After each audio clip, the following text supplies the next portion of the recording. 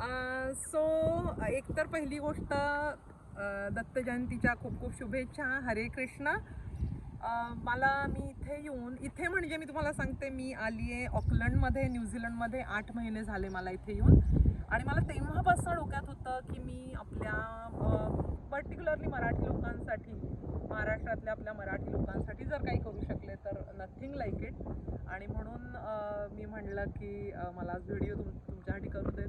मी 8 महिन्यापूर्वी इथे ऑकलंडमध्ये आली आहे. आज मी एका ठिकाणी आहे आणि मला खूप छान वाटलं की इथला अतिशय नजारा सुंदर आहे आणि म्हणून मी म्हटलं की तुमच्याशी बोलावं. ओके, सो 8 महिने मी झाले ऑकलंडमध्ये येऊन. इथे आल्यावर इच्छा खूप होती, पण असं वाटलं की जरा थोडा वेळ घेऊयात, थोडं सेटल होऊयात आणि मग प्लॅन करूयात. का हा व्हिडिओ करते मी तर डेफिनेटली आज मी माझ्या ज्या वयात आहे तर त्याच्यात मला असं वाटलं की there is no age to stop growing. आणि मला असं वाटलं की जर मी करू शकते तर तुम्ही सुद्धा सगळे. आणि तुम्ही बघू शकता हे इतकं सुंदर, म्हणजे इतकं अप्रतिम आहे की स्वर्ग याच्याशिवाय काही वेगळा असू शकतो असं मला वाटत नाही. आणि आत्ता हा समर टाईम आहे इथे ऑकलंडमध्ये, न्यूझीलंडमध्ये बेसिकली.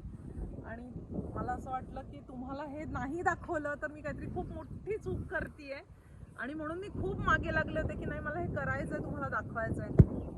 तर जरूर मला असं वाटतंय की प्रत्येकाने विचार करावा.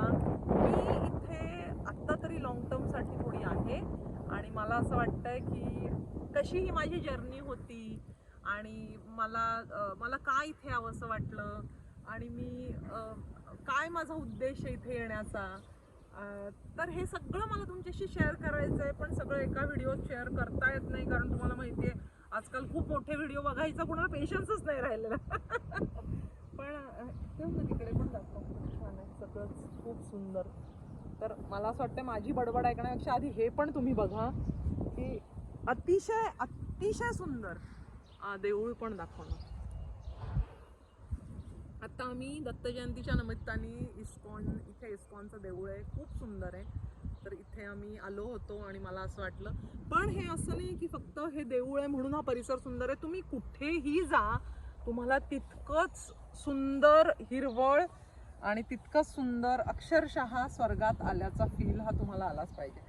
बरं, तर मला डेफिनेटली माझी जर्नी तुम्हाला सांगायची आहे, जी खूप मोठी सुरू नाही झालेली, पण हो, there are n number of things की I can share with you.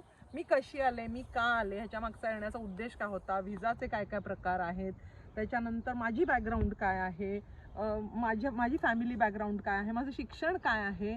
आणि म्हणून मला असं वाटलं की जर मी करू शकते तर तुम्ही डेफिनेटली हे सगळे करू शकता. आणि मला नक्की म्हणजे हे मला असं पर्टिक्युलरली म्हणायला आवडत नाही खरं, पण तरी मी आज म्हणेन की तुम्ही जर खाली मला कमेंटमध्ये जर म्हणलात की प्रश्न विचारलात जर कुठला, तर त्या प्रश्नाला घेऊन मला पुढचा व्हिडिओ करता येईल. पण डेफिनेटली मी वाट बघीन की ह्याच्या पुढच्या तुम्हाला काय उत्सुकता आहे की मी काय बोलावं.